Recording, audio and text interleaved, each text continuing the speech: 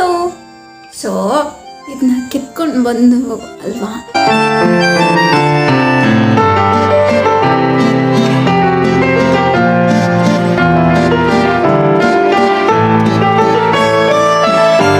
ಇವಾಗ ತಿಂತಾ ಇದ್ದೆ. ನಾನು ಚಿಕ್ಕವಳಿರುವಾಗ ಎಲ್ಲ ನಾವು ಇದನ್ನೆಲ್ಲ ತಿಂತಾ ಇದ್ವಿ ತುಂಬ. ಬಟ್ ಇವಾಗ ನಿಮಗೆ ಗೊತ್ತಲ್ಲ, ಇದೆಲ್ಲ ರೇರ್. ಚಿಕ್ಕವಳಿರುವಾಗ ಇದನ್ನ ನಾವು ಇಲಾಚಿ ಹಣ್ಣು ಅಂತಲೂ ಕರಿತೀವಿ. ಆ್ಯಂಡ್ ಕೆಲವರು ಮಲ್ನಾಡು ಹುಂಚಿಕಾಯಿ ಅಂತಲೂ ಕರೀತಾರೆ. ಮಲ್ನಾಡು ಹುಂಚಿ ಹಣ್ಣು ಆ ಥರನೂ ಕರೀತಾರೆ. ಸೊ ನೀವೇನಂತ ಕರೀತಾರ ಅಂತ ನನಗೆ ಹೇಳಿ ಆಯಿತಾ, ಇಲ್ಲಿ ಕಮೆಂಟ್ ಬಾಕ್ಸಲ್ಲಿ. ಸೊ ಇವಾಗ ನಾನು ತಿಂತಾಯಿದ್ದೀನಿ. ಸುಮಾರು ವರ್ಷ ಆದಮೇಲೆ ತಿಂತಾಯಿದ್ದೀನಿ ನಾನು, ಗೊತ್ತಾ. ಸುಮಾರು ವರ್ಷ ಅಂದರೆ ತುಂಬ ವರ್ಷ, ತುಂಬ ವರ್ಷ ಅಂದರೆ ತುಂಬ ವರ್ಷ. ಸೊ ಈ ಥರ ಇರುತ್ತೆ ನೋಡಿ, ಈ ಥರ ಇರುತ್ತೆ.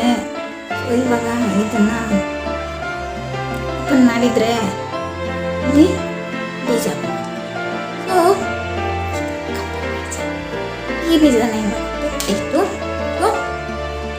ಇದು ಗ್ರೀನ್ ಪಿಂಕ್ ಇದೆ.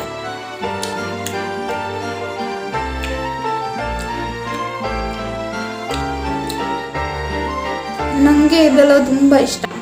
ಮತ್ತೊಂದು ಇದು ಈ ಥರ ಇರೋದು ಪ್ಯಾಕೇಜಿಂಗ್, ನ್ಯಾಚುರಲ್ ಪ್ಯಾಕೇಜಿಂಗ್ ಈ ಥರ ಇರೋದು.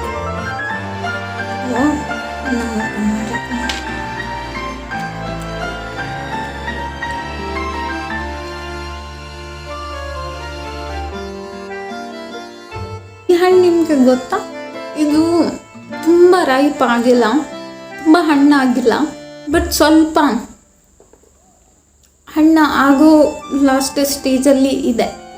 ಇಲ್ಲಿ ಪಿಂಕ್ ಆಗಿದೆ. ಇದು ತುಂಬ ಗ್ರೀನ್ ಇದೆ, ಮೀನ್ಸ್ ಇದು ಅಷ್ಟೊಂದು ಹಣ್ಣಿಲ್ಲ. ಇದು ಸ್ವಲ್ಪ ಒಗ್ರು ಆಗಿರುತ್ತೆ.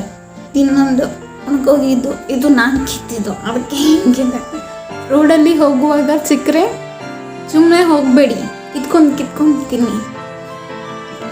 ಓಕೆ, ನಾನು ಇದೆಲ್ಲ ತಿಂದು ಫಿನಿಶ್ ಮಾಡ್ತೀನಿ. ಎಲ್ಲ ತಿಂದು ಫಿನಿಶ್ ಮಾಡ್ತೀನಿ. ನೀವು ಕೂಡ ನೆಕ್ಸ್ಟ್ ಟೈಮ್ ನಿಮಗೆ ಸಿಕ್ಕರೆ ತಿನ್ನಿ, ಮಿಸ್ ಮಾಡ್ಕೊಬೇಡಿ. ಇದೆಲ್ಲ ಇನ್ನು 1 10 years 5 years ಹೋದರೆ ಇದೆಲ್ಲ ಸಿಕ್ಕೋದೇ ಇಲ್ಲ ನಿಮಗೆ, ಗೊತ್ತಾ. ಹುಷಾರು.